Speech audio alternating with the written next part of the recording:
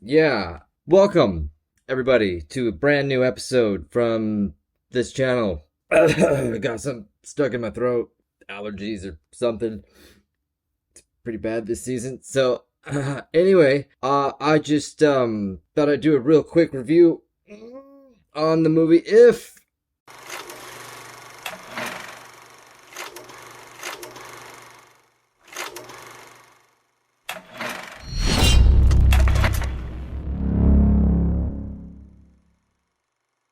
Okay, all jokes aside, this is going to be a very quick review, but I really wanted to do this because this was one of those one in a million shots as far as reviews, as far as watching a new film that's out right now, because I'm a big fan of Ryan Reynolds. I'm a big fan of the kid that's in there. She played Judith in The Walking Dead. That's all I know about her. You got names? I'm Magnus, Connie and Kellyanne, Ian McHale and Luck. What's yours?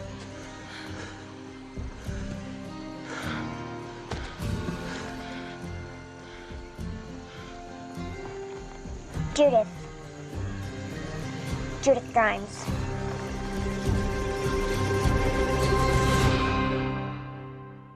And you got Jim from The Office.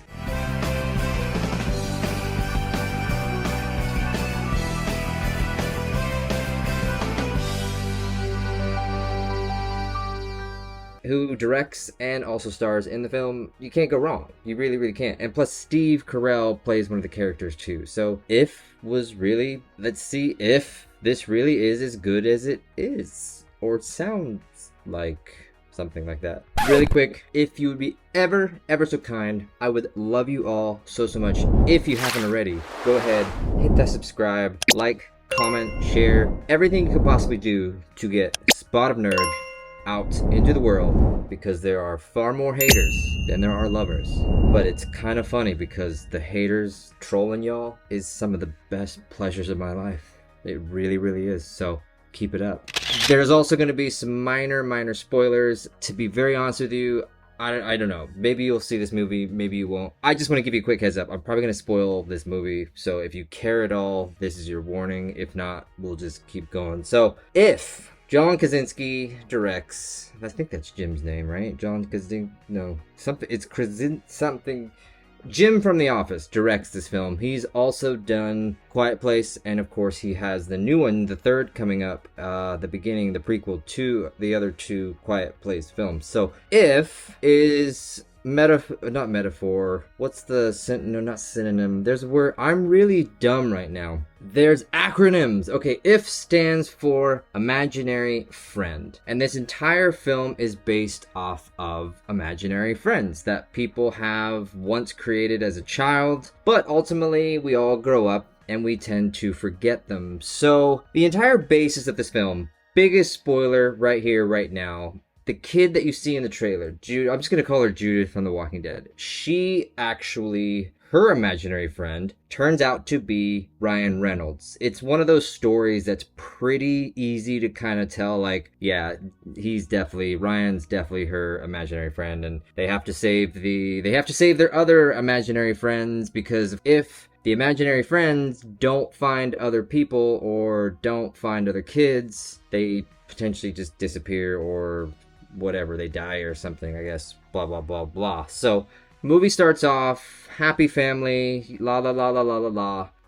Very sad. It actually really is sad. Mom gets what looks to be cancer and dies, and thus you get the future the move forward where she's now grown up. She's about 12 years old, and Judith hears Ryan Reynolds. They're upstairs in this apartment complex, and she's like, who's there? I saw your daughter. Now, obviously, she didn't see a daughter. She saw another imaginary friend, which you've seen in the trailer, which odds are I'll probably play over this. And obviously, when she sees this imaginary friend in real life, passes out because I didn't think these things were real. So, their whole goal is her dad, aka the one that's still alive, has to go in for heart surgery. So he's in the hospital, and what the ultimate story, the ultimate kind of message that this film is trying to give is to hold on to hope, is to hold on to love of your family, and to really, really kind of not forget where you come from. And I don't mean that in a what country were you from, where were you born, but go back to when you were a kid. I'm sure we all had imaginary friends, and quite frankly, it really actually kind of breaks my own heart, and I'm being very serious about this because I can't really recollect any imaginary friends. I'm pretty sure I have them. I have them to this very day. If anything, I have more imaginary friends today than I ever have in real life. Fucking little leprechaun motherfucker tells me to burn shit all the time. I don't, but that motherfucker is persistent.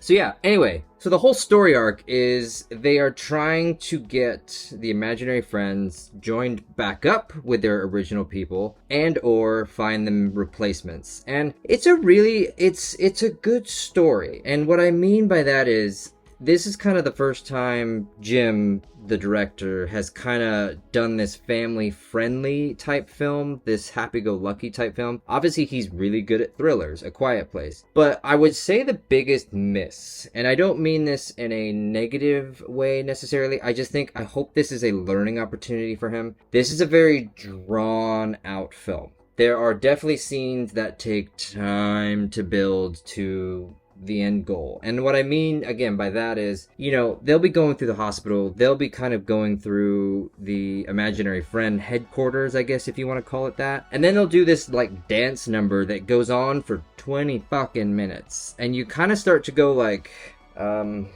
so this is almost up, right? Oh, you still have about 5 more minutes.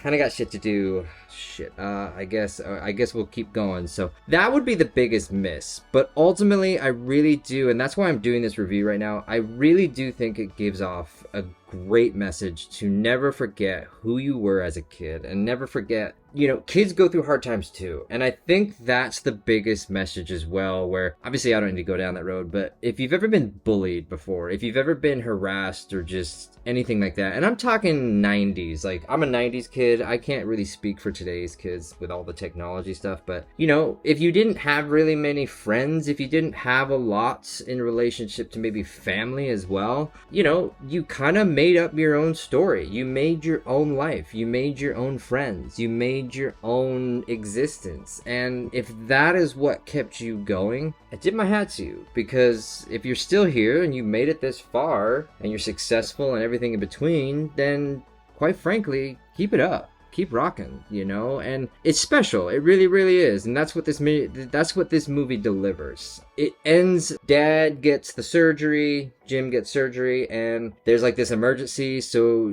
daughter has to go to the hospital, and it's a really beautiful moment between Judith and Ryan Reynolds.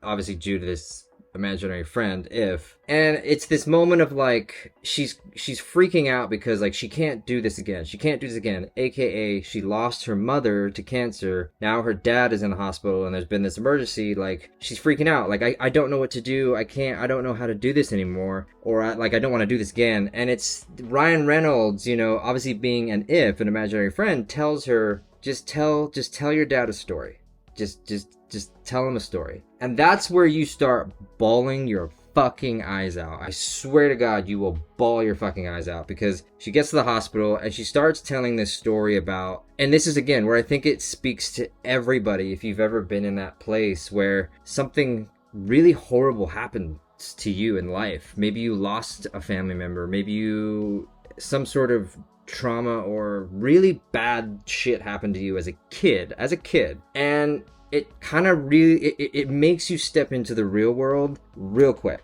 like super duper quick. And I'm not saying it doesn't happen in adult life. Quite frankly, I won't go down that road, but I'm a Trump supporter, not afraid to say it. The moment that shit got out, 99.9% of y'all just fucking bounced. So that, I'm gonna just make sure we won't go too deep into that, but one day we'll talk about that. But the long story short of it is, how do you adapt to those situations? while she's telling this story, like her dad, Jim's in the hospital bed, he's passed out, and she's telling this story about like, please don't go, like I've been hiding these feelings and these emotions for a very long time now because I didn't know how to express them, and I just realized that you're the most important thing to me, and that ultimately is kind of what makes the ifs go away, is because they realize that their family is important and their friends are important. But ultimately, when she tells this story, Jim, dad, was awake the whole time, and he just wanted to let the daughter speak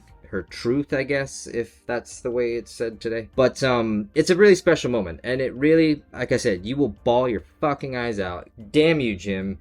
Damn you to hell. But it's beautiful. It really, really is. It ends kind of silly, It ends with a lot of these ifs that actually reunite, even with their adult people now. So there are very special moments when that happens, because it really, really defines, like I've said, it defines those moments where maybe you needed that boost of confidence. Maybe you needed a little bit of extra push in life, and maybe somebody wasn't there for you. Ultimately, you had to create somebody else. And I think it sounds crazy. I know it sounds crazy, but I hope you get the message. What I'm really coming off in this review is, it's not crazy. It really, really isn't.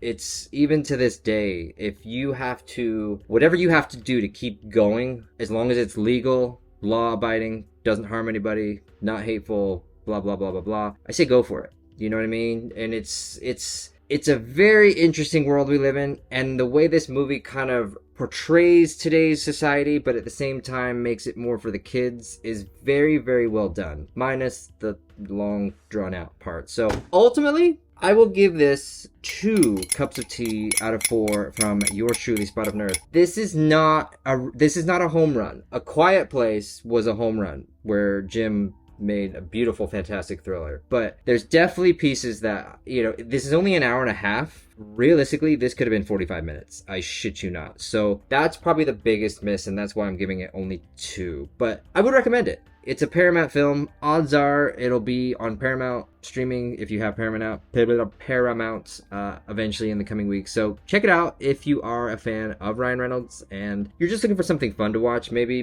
you have kids and you want to just watch something fun together. I actually do recommend it. With all of that said, I'm going to wrap this up because I'm going to try to keep this as short as I possibly can. But huge thank you to every single one of you that watches. Yes, including the haters. Thank you guys so much. We are going to be seeing Furiosa.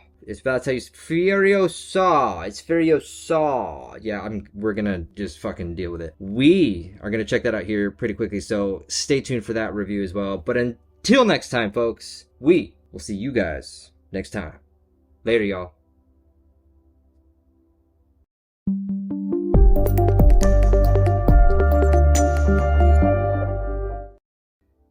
Furious. Oh, just shut the fuck up, dude.